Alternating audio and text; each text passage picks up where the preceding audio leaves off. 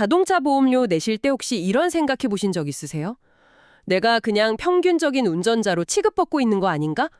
보험사가 뭐 나이, 성별, 차종 이런 몇 가지 정보만 보고 저를 판단하는 거죠. 네, 그렇죠. 사실 저는 훨씬 조심스럽게 운전하는데도 약간 억울한 보험료를 내고 있을지도 모르는 거고요. 반대로 생각하면 아주 위험하게 운전하는 사람이 그 평균이라는 가격 뒤에 숨어 있는 걸 수도 있습니다. 아, 사실상 다른 안전한 운전자들의 보험료를 자기가 올리고 있는 그런 구조인 거죠. 오늘 저희가 살펴볼 자료가 바로 이 평균의 함정을 기술로 어떻게 깨부수는지에 대한 이야기입니다. 네. 레모네이드라는 보험사가 있는데요. 이 회사가 차량의 실제 운행 정보를 실시간으로 분석하는 텔레매틱스 기술을 사용해서 보험업계의 판도를 바꾸고 있다고 합니다.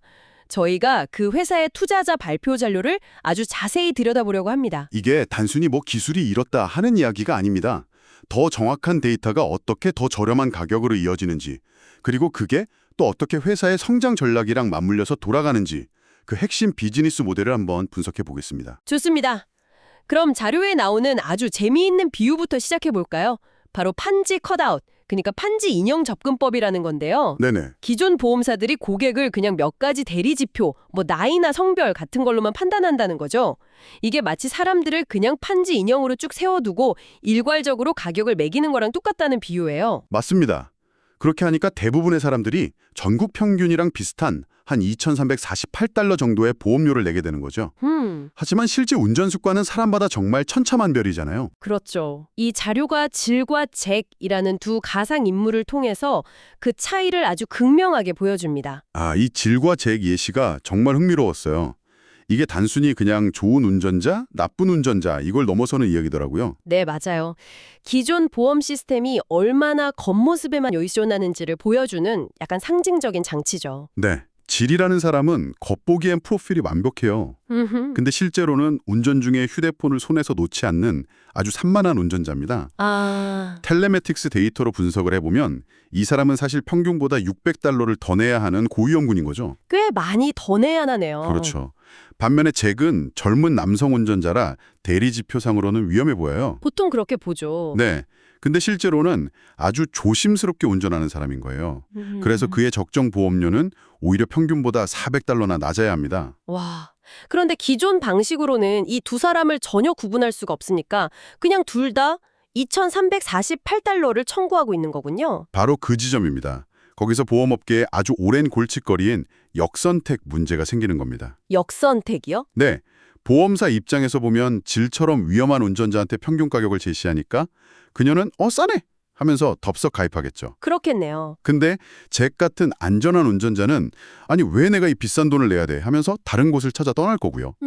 결국 보험사에는 위험한 사람들만 남게 되는 정말 최악의 상황이 벌어지는 거죠.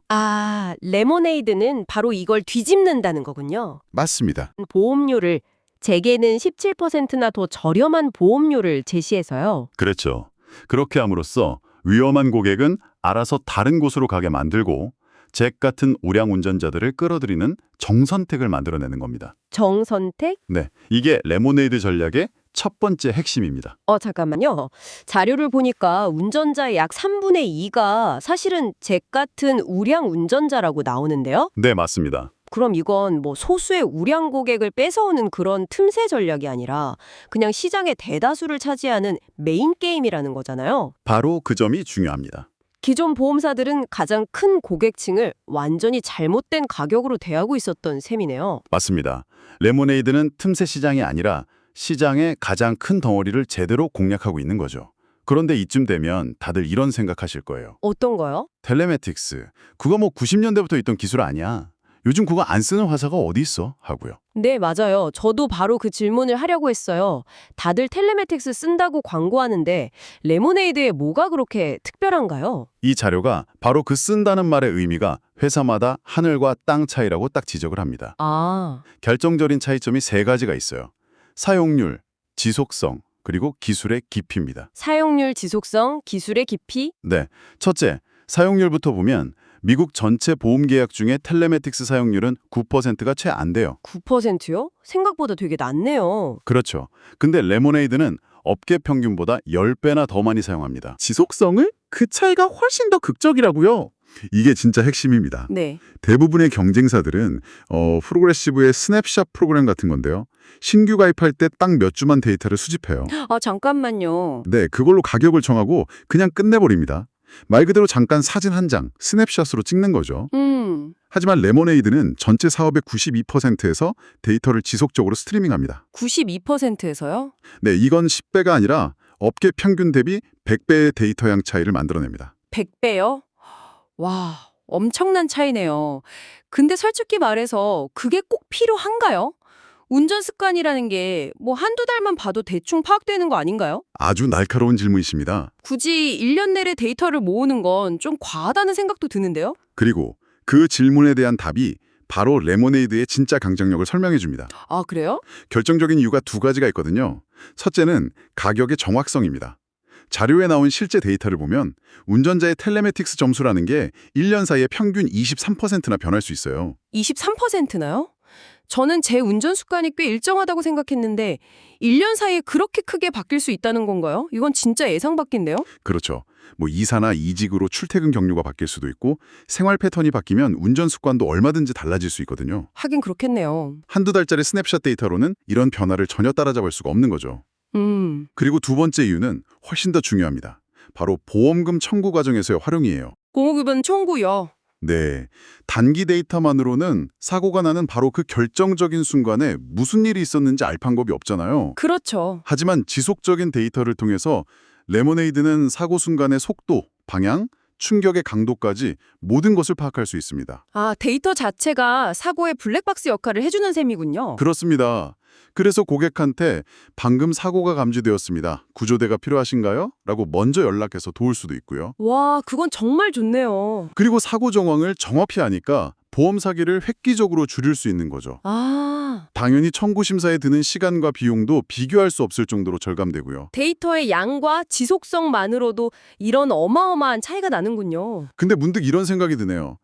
데이터를 산더미처럼 쌓아놔도 그걸 제대로 분석할 능력이 없으면 무용지물이잖아요. 정확한 지적입니다. 레모네이드는 그 데이터를 어떻게 활용하나요? 그게 바로 세 번째 차이점, 기술의 깊이입니다. 아, 대부분의 보험사들은 외부 업체가 만든 기성품 기술을 그냥 샀었어요. 이건 보통 급브레이크 횟수나 과속 시간 같은 단순한 변수들을 조회 테이블, 뭐 그런 데 넣어서 점수를 매기는 방식이거든요. 네. 하지만 레모네이드는 자체 데이터 과학팀이 수백 개의 행동 데이터를 아주 복합적으로 분석해서 실제 위험으로 변환하는 정교한 머신러닝 모델을 직접 구축했습니다. 자체적으로요? 네. 자료에 나온 그래프를 보면 전통적인 텔레메틱스가 기존 방식보다 그냥 약간 나은 수준이라면 레모네이드의 기술은 위험을 예측하는 능력에서 거의 수직 상승에 가까운 차이를 보여줍니다. 사용량 10배, 지속성 100배, 그리고 독자적인 분석 기술까지. 와, 이 정도면 거의 무적의 무기처럼 들리는데요. 그렇죠. 근데 이 강력한 무기를 가지고 그들이 선택한 전략이 평균 15% 가격 인하라는 점이 되게 흥미로워요. 네네. 보통 이런 기술 우위가 있으면 이익을 극대화하려고 할 텐데 왜 가격을 낮추는 길을 택했을까요? 이러다 손해만 보는 거 아닌가 하는 생각도 들고요. 바로 그 지점이 레모네이드의 비즈니스 모델을 이해하는 가장 중요한 열쇠입니다. 1달러를 90센트에 팔아서 성장하는 거 아니냐는 그런 의심에 대해서 자료는 정밀함과 자동화라는 두 가지 개념으로 답을 합니다. 정밀함과 자동화. 네, 먼저 정밀함의 관점에서 보면 잭처럼 저위험 운전자를 정확히 식별하고 그에 비례해서 가격을 낮춰주는 건 손해율을 높이는 행위가 아니에요. 그런가요? 네, 위험과 가격이 같이 움직이기 때문에 손해율은 그대로 유지가 되는 거죠. 오히려 가격 경쟁력 덕분에 전환율과 유지율만 막 치솟게 됩니다. 잠시만요. 근데 이 부분은 좀 짚고 넘어가야 할 것 같아요. 자료에서 레모네이드의 손해율이 경쟁사보다 높은 70%라고 나오거든요. 네, 나옵니다. 이건 받은 돈의 70%를 사고 처리 비용으로 내준다는 거잖아요. 이게 어떻게 좋은 신호가 될 수 있죠? 보통은 손해율이 낮아야 건전하다고 생각하는데요. 맞습니다. 표면적으로만 보면 아주 위험한 신호처럼 보이죠. 네. 하지만 이것이 바로 자동화의 힘을 보여주는 역설적인 지표입니다. 역설적인 지표요? 네, 자료에 나온 가상의 에크미 보험과 한번 비교해 보겠습니다. 네. 에크미 보험은 보험료로 2,000달러를 받고 손해율은 63%입니다. 반면 레모네이드는 15% 더 저렴한 1,700달러를 받고 손해율은 70%죠. 단순히 손해율 숫자만 보면 레모네이드가 7%포인트나 높으니까 훨씬 더 위험하게 사업하는 것처럼 보이네요. 그렇죠.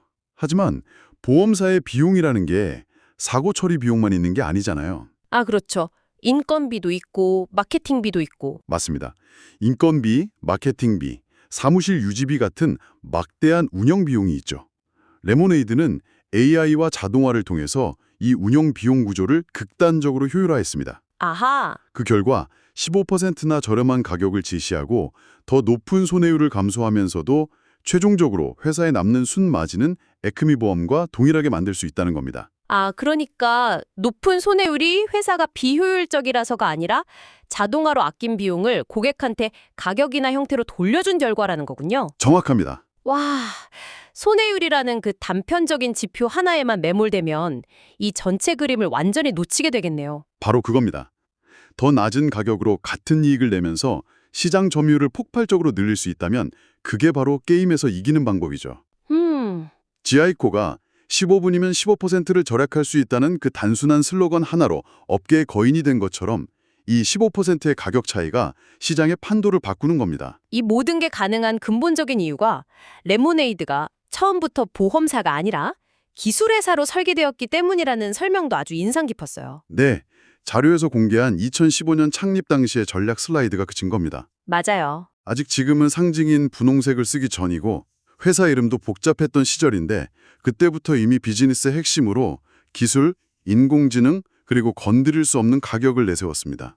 그 2015년 슬라이드는 거의 고고학적 발굴 같았어요.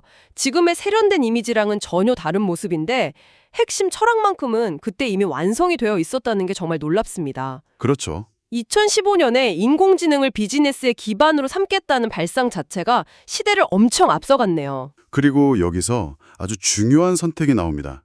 이런 압도적인 기술적 우위를 더 높은 마진, 즉 더 많은 이익을 남기는 데 쓸 수도 있었지만 그들은 성장을 선택했습니다. 성장을요? 네. 여기에는 기술 회사만이 가질 수 있는 독특한 규모의 경제 논리가 작용합니다. 아, 그 부분 설명이요. 전통적인 회사는 규모가 커질수록 효율성 증가 효과가 점점 줄어드는 반면에 기술 회사는 오히려 규모가 커질수록 효율성과 수익성이 기하급수적으로 가속화된다는 거였죠. 그렇습니다. 그들은 이익 프론티어라는 개념을 통해서 이걸 설명하는데요. 네. 장기적인 관점에서 기업 가치를 극대화하기 위해서 지금 당장의 마진을 좀 희생하더라도 성장에 투자하는 것이죠. 왜 그런 선택을 하는 건가요? 왜냐하면 레모네이드의 사업 모델에서는 규모가 커질수록 정밀함과 자동화의 이점이 복리처럼 불어나기 때문입니다. 복리처럼요? 네. 데이터가 많아질수록 인공지능은 더 똑똑해지고 가격은 더 정교해지고 자동화는 더 완벽해지고 비용은 더 낮아지는 선순환이 일어나는 거죠. 아, 정리하자면 기술 리더십이 결국 가격 리더십으로 이어지고 이게 다시 폭발적인 성장 리더십을 낳아서 장기적으로는 누구도 따라올 수 없는 가장 큰 이익을 창출하게 된다. 이것이 바로 레모네이드가 설계한 거대한 청사진이군요. 바로 그것이 이 투자자 자료가 전달하고자 하는 핵심 메시지입니다. 네, 오늘은 보험업계에 정말 파괴적인 혁신을 가져온 한 회사의 전략을 깊이 들여다봤습니다. 평균이라는 이름 아래 모두를 똑같이 취급하던 방식에서 벗어났죠. 네. 기술을 통해서 각 개인의 위험을 정밀하게 측정하고 자동화를 통해 얻은 효율성을 더 높은 마진이 아니라 고객을 위한 파격적인 가격으로 되돌려주는 선택을 했습니다. 그리고 그 선택의 기저에는 규모가 커질수록 더 강력해지는 기술 회사의 DNA가 있었습니다. 손해율 같은 단편적인 지표 너머리 있는 비즈니스 모델 전체를 봐야만 그들의 진짜 잠재력을 이해할 수 있다는 점이 오늘 분석의 핵심이었습니다. 이 자료는 자동차 보험에 대한 이야기였지만 그들의 철학은 다른 분야에도 적용될 수 있음을 암시했는데요. 네, 그랬죠. 여기서 청취자 여러분께 이런 질문을 한번 던져보고 싶습니다. 자동차 보험처럼 우리가 모르는 사이에 이렇게 판지 인형 취급을 받고 있는 분야는 또 어디에 있을까요? 생각해볼 만한 문제네요. 우리의 건강 데이터나 금융거래 데이터가 이처럼 정밀하게 분석된다면 의료나 대출 같은 다른 거대한 산업들은 또 어떻게 바뀔 수 있을까요?